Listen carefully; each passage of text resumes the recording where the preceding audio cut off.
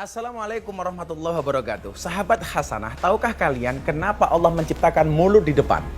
Tujuannya adalah supaya kita tidak membicarakan orang lain di belakang. Maka kita diingatkan oleh Allah Subhanahu wa taala dalam surat Al-Hujurat ayat 12. Allah Subhanahu wa taala berfirman, "Ya ayyuhalladzina amanu ijtanibu katsiran minadh-dhon. Inna ba'dadh-dhonni ismun. Wa fala tajassasu wa la yaghtab ba'dukum ba'da." Allah Subhanahu wa taala berfirman, "Wahai orang-orang yang beriman, jauhilah dari kalian berprasangka." Kenapa? Karena dari sebagian berprasangka itu adalah dosa. Dan janganlah kalian mencari-cari keburukan orang lain, dan janganlah kalian saling menggunjing antara satu dan yang lainnya. Langsung disebutkan dengan tegas oleh Allah Subhanahu wa taala, kita dilarang berprasangka, kita dilarang mencari-cari keburukan orang, dan kita dilarang untuk menggunjing. Maka bagi orang yang suka melakukan ini, saya jadi teringat dengan firman Allah dalam surat Yasin, "Al-yauma nakhtimu ala afwahihim wa tukallimuna aydihim." Kenapa pada hari kiamat mulut itu dikunci? Karena selama di dunia mulutnya sudah ngomong kemana-mana. Maka ketika hari pertanggungjawaban, justru mulutnya dikunci. Yang berbicara adalah tangan, kakinya menjadi saksi, dan seterusnya. Maka, apa sih keuntungan kita membicarakan orang lain? Apakah sih keuntungan kita menggunjing orang lain? Apa sih keuntungan ketika kita menggunakan mulut kita ini untuk ngomongin orang lain?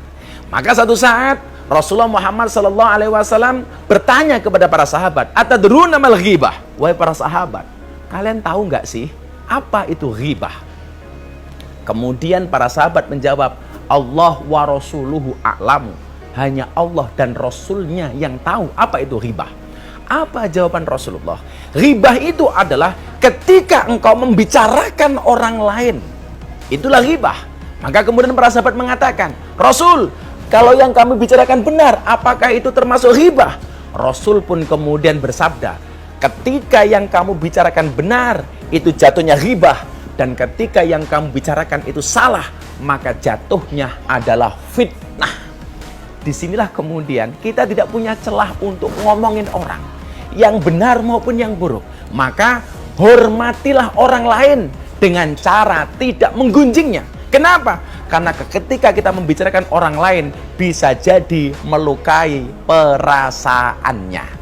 Maka ketika kita membicarakan orang lain, mencari kesan orang lain, menggunjing orang lain, apa kata Allah? Ayuhibbu ahadukum ayyakula. Apakah kalian suka untuk makan lahmang akhihi, daging saudaranya, maitan fakaritumu, tentunya kamu akan membencinya. Ketika kita ngomongin orang lain, sama halnya kita memakan daging bangkai saudaranya.